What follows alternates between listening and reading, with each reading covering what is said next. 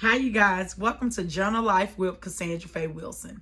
If you have not had the opportunity to subscribe to my channel, go ahead on and click that subscribe button below. Also, click on that noti bell so you can get notifications whenever I post something new to my channel. Today, I'm going to be coming to you guys and talking about church folks or church hurt. And for me, this touch home and it's a little personal. Back here, when I decided to finally give my life to God, me and my kids. Oh, there was this amazing church. I couldn't wait to get there. I couldn't wait to step foot in those doors. I was just excited. So when I decided to give my life to God, I already knew what church I wanted to be a member of, or so I thought I did. So I went to this church. They baptized me and my kids.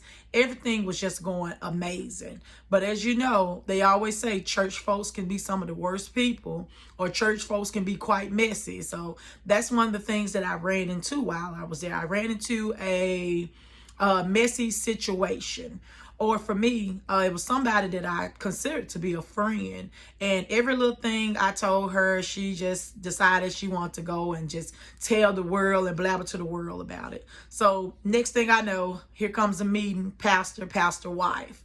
For me, if I said something, I don't have a problem with repeating it to anybody. So I was actually excited that they called the meeting. So in the meeting, I received just a lot of attitude and different things. And as a church member and as a member of the church, and as that being my spiritual mother and father of that church, I just really expected more when it came to dealing with me in a situation.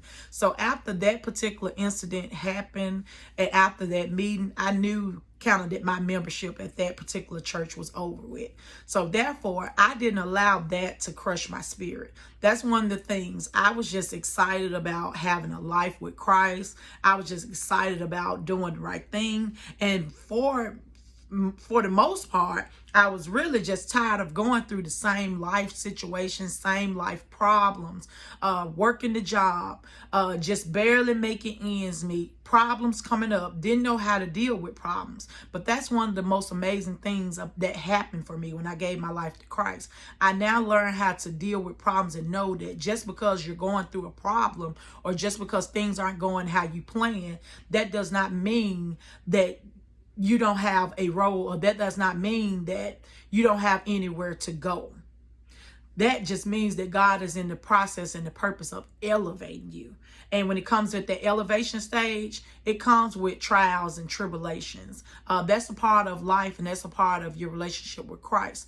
Also, we are not exempt from problems just because we decide to give our life to God, or just because we decide to live for God. So that's one of the things that I was just absolutely amazed and excited that I was still able to maintain that confidence, knowing that still I'm trying to serve God. So it doesn't matter about what this particular church did to me. It didn't stop me from going and finding another church that suited and fit the needs for me and my kids. But also, I just want to touch bases on that, because that is a lot of things that's happening now and going on in the church that is discouraging for people. And it made me sympathize with others who may have went to a church or may have decided this is the church I want to serve. And then when they get in that church, things aren't how they appear to be. And kind of the people chase them off, or the people feel some kind of way and make them feel some kind of way. So one of the things I did not like about that, and that I want to bring to the light, is never allow people to make you feel any kind of way, or allow people to make you turn away from God. That's how the devil works. He worked that thing and he tried to work that situation. But like I said, for me, I just chose to take a different route. I chose to find another church where me and my kids could go and worship. But also, I just want to do this video and just to make people aware, or us as Christian or church people, to make us aware that sometimes we should look at how we're behaving, look at things we're saying to people, look at ourselves on the outside, and ensure that we're being a good example of who God created and intended for us to be. And if you're not being a good example of who God has created and intended for you to be, then you definitely need to do some self-evaluation. So for me, I don't ever allow things or people to make me feel any kind of way. I know me. I know what type of person that I am. I know that I have the relationship with God, and I know that I'm only here to serve and aid and assist people in any way, any shape, form, or fashion that I can. So that's one of the reasons why I gave my life to Christ too, because I wanted more people to know, hey, just because you join a church, holy, goalie, however the people say it, that's not the case. You join church because you just want to be happy. You just want to find out who you are. You just want to have that extra guidance. You just want to ensure that you have that relationship with God. And when you have a relationship with God, oh my goodness, doors open up. The possibilities are endless. All you have to do is just continue to just dream. Put one foot ahead of that other foot and move. Don't ever get caught up comparing yourself to others. We're all set to do things and to do things at a certain time. Your pace may not be the same pace as the next person. That's why you always have to focus on your lane, because when you're not focused on your lane, you'll get caught up looking in the next person's lane, and looking in their lane, guess what? You're going to swerve out of your lane. So you don't ever want to get caught up comparing yourself to others.